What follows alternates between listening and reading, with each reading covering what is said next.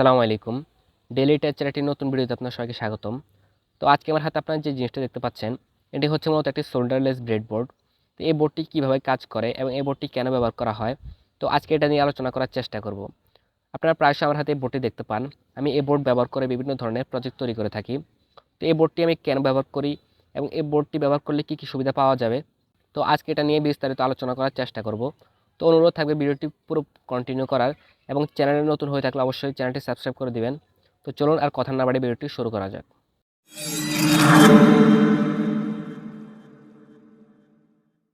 তো এটি হচ্ছে মূলত একটি সোল্ডারলেস ব্রেডবোর্ড। এই বোর্ডটি ব্যবহার করে খুব সহজে আপনারা সোল্ডারিং করার ঝামেলা থেকে মুক্তি পেতে পারেন। তো সেটি কিভাবে, তো আপনারা এখানে দেখতে পাচ্ছেন এই বোর্ডটির মধ্যে অনেকগুলো পিন রয়েছে।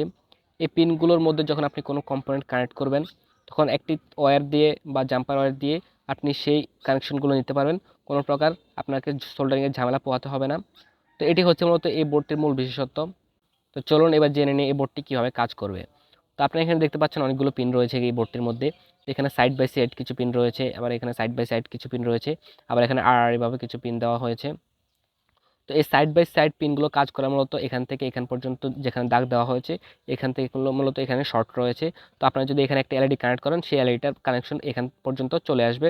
অর্থাৎ আমরা যদি এখানে একটি এলইডি কানেক্ট করি, প্লাস জায়গায় প্লাস, মাইনাসের জায়গায় মাইনাসটা কানেক্ট করি পিনগুলো, তো সেই পিনের কানেকশনগুলো আমাদেরকে এখান পর্যন্ত নিয়ে আসা হবে। অর্থাৎ এইখান পর্যন্ত আমরা সেই কানেকশনগুলো পেয়ে যাব। তো আমি যদি একটা এলইডি দিয়ে আপনাকে বোঝানোর চেষ্টা করি, তো এখানে দেখতে পাচ্ছেন এলইডির পজিটিভটা আমরা এখানে ব্রেডবোর্ডের পজিটিভের মধ্যে কানেক্ট করে দিয়েছি। তো এখন যদি আমরা এখানে একটি ব্যাটারির পজিটিভ কানেক্ট করি এবং ব্যাটারির নেগেটিভটা যদি এখানে কানেক্ট করি, তাহলে আমাদের এলইডিটা অন হয়ে যাবে। অর্থাৎ আমাদের এখান থেকে এখান পর্যন্ত মূলত পিনের কানেকশনগুলো শর্ট রয়েছে, যার কারণে আমরা যদি এখানে একটি এলইডি কানেক্ট করি, আমাদের সেই এলইডির কানেকশনটি এখান পর্যন্ত চলে আসবে। তো এখানে আপনি অসংখ্য এলইডি কানেক্ট করতে পারেন, এখানে যতগুলো পিন রয়েছে। তো এভাবে মূলত এই সাইডের পিনগুলো কাজ করে।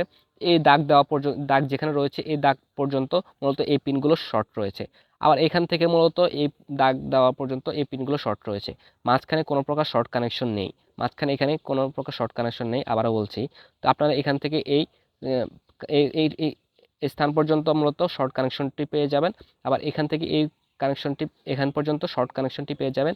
তো এই সাইডে পুরোপুরি সেম, এখান থেকে এখান থেকে এখান। তো আপনারা যদি একটি এলইডি এখানে কানেক্ট করেন, সেই এলইডির কানেকশনটি আপনারা এখান পর্যন্ত পেয়ে যাবেন। তো এভাবে মূলত সাইডের পিনগুলো কাজ করে থাকে। এমনকি মাঝখানে পিনগুলো কাজ করে মূলত এখানে আড়াআড়িভাবে, অর্থাৎ এর পুরোপুরি উল্টো। আপনারা এখানে যেভাবে দেখতে পেয়েছেন, এইভাবে এই সাইডের পিনগুলো কাজ করে মূলত সিরিয়াল বাই সিরিয়াল, কিন্তু এই মাঝখানে পিনগুলো কাজ করে মূলত আড়াআড়িভাবে, অর্থাৎ এভাবে কাজ করবে। এখানে দেখতে পাচ্ছেন A B C D E দিয়ে আমাদেরকে বোঝানো হয়েছে, অর্থাৎ এইভাবে আমাদের পিনগুলো কাজ করবে। তো এটা মূলত এভাবে কাজ করে। আপনারা যদি একটি এলইডি দিয়ে বোঝাই, তো এখানে দেখতে পাচ্ছেন আমি যদি একটি এলইডি কানেক্ট করি এখানে, তো এলইডির প্লাসটা মূলত এখানে, মাইনাসটা মূলত এখানে।